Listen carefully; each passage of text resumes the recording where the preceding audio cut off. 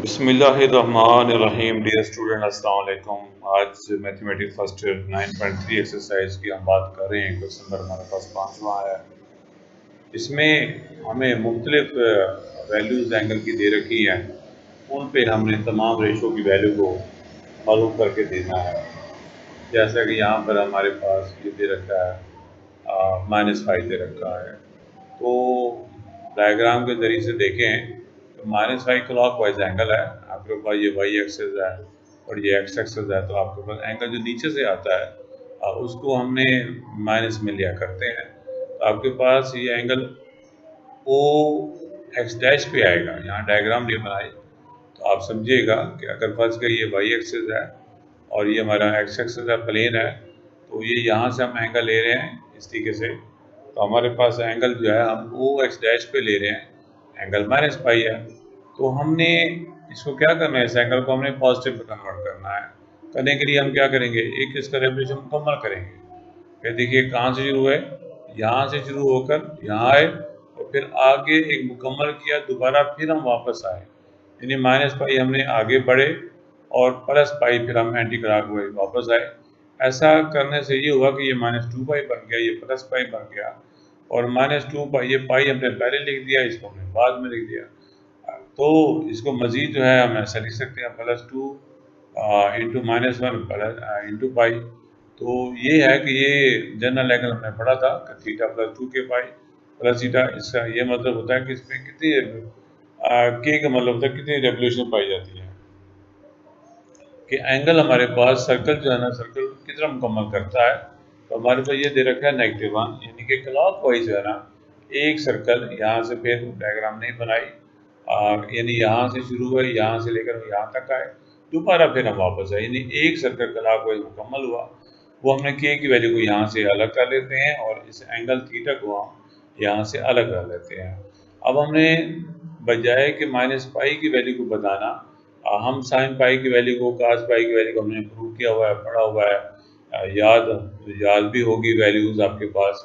तो हम वो वैल्यूज़ यहाँ पे लिख देते हैं, चाहे कि हम साइन -पाई की वैल्यू, कास -पाई की वैल्यू लिखें।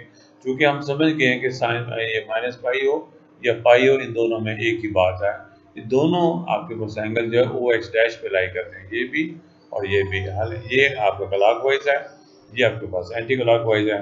तो इसलिए साइन पाई की वैल्यू चूँकि हम जानते हैं 0, कास पाई की वैल्यू जानते हैं -1 और टेन पाई की वैल्यू हमने पढ़ी है 0 के इक्वल। तो इस तरीके से इसका हम रेसिप्रोकल ले लेते हैं, डिनोमिनेटर में 0, उसे हम अनडिफाइंड कहते हैं और इसको उल्टा देते हैं, -1 आ जाता है और इस तरीके से इसको भी उल्टा देते हैं तो इन्फिनिटी आ जाता है। तो ये तमाम रेशो की वैल्यूज़ को हमने इस एंगल पे हमने बतानी थी।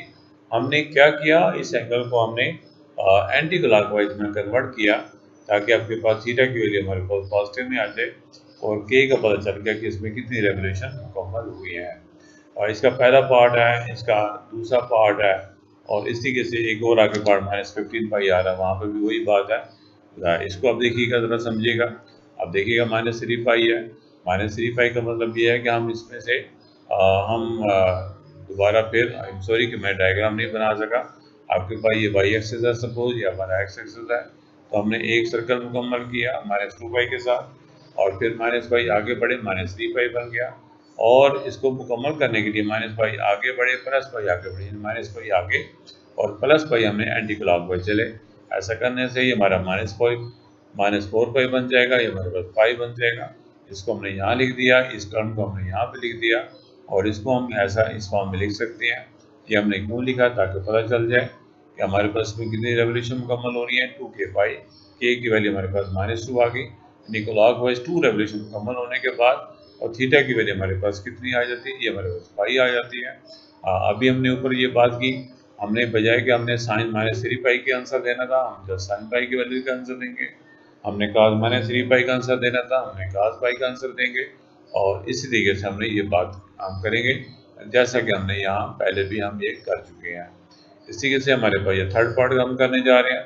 ये 5/5 डिवाइड बाई 2 पाई हमारे पास, यानी 5 पाई डिवाइड बाई 2 है।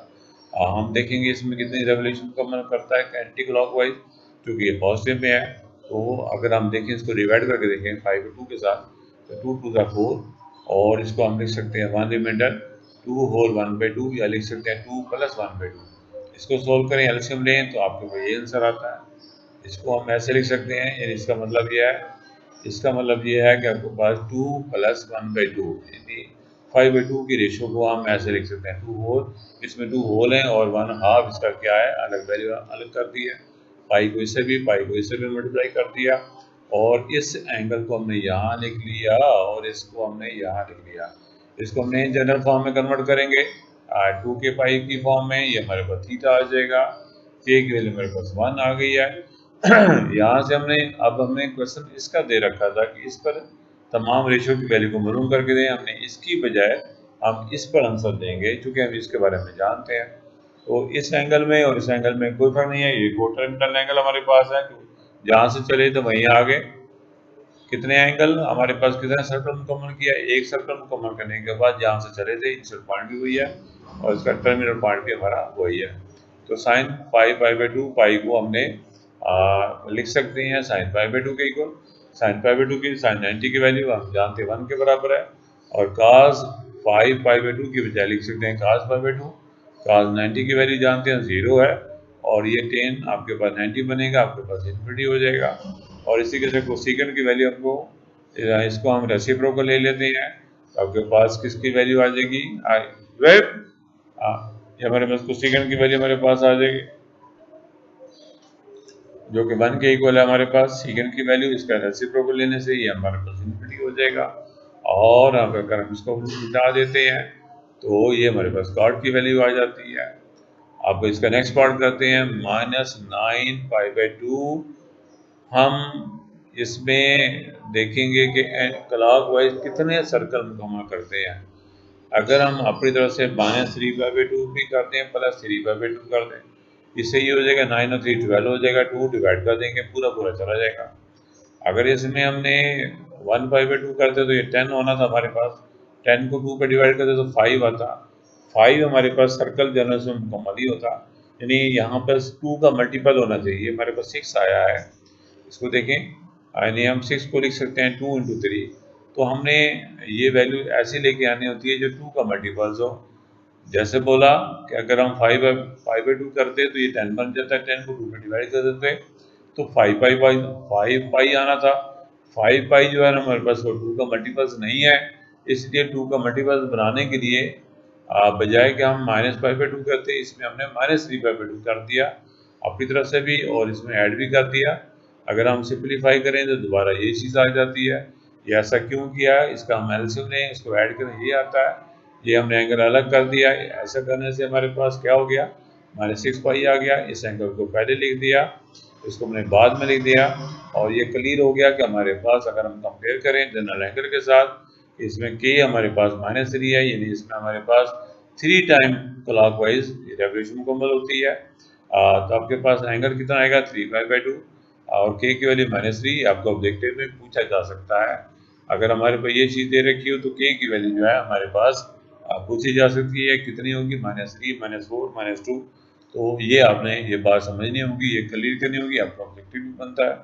इसी के से नेक्स्ट हमारे पास, अच्छा इसी सॉरी, ये हमने इसके आंसर की बजाय हम इस पर इसका वैल्यू का आंसर देंगे। इस एंगल पर साइन की वैल्यू हम जानते हैं -1, इस एंगल पर कॉस की वैल्यू जानते हैं 0, इस एंगल पर आपके पास टेन की वैल्यू जानते हैं हमारे पास -इन्फिनिटी।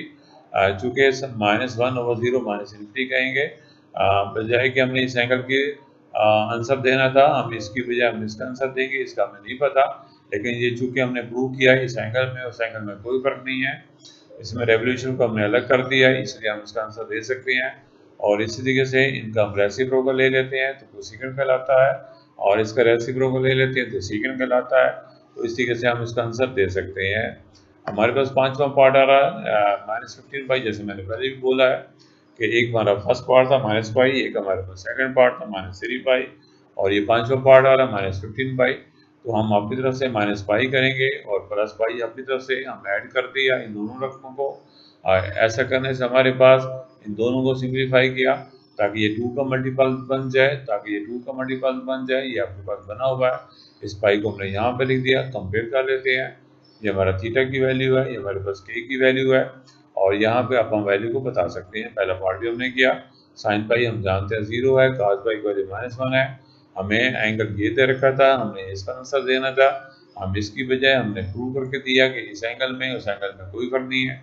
तो हमारे पास इसमें क्या हो गया, साइन माइनस 15 पाई की बजाय हमने साइन पाई का आंसर हमने लिख दिया 0 और ये सारी वैल्यू लिख दी। इस तरीके से कोसेकेंट इसका रेसिप्रोकल ले लिया, इसका भी रेसिप्रोकल ले लिया और इसका भी हमने रेसिप्रोकल ले लिया है।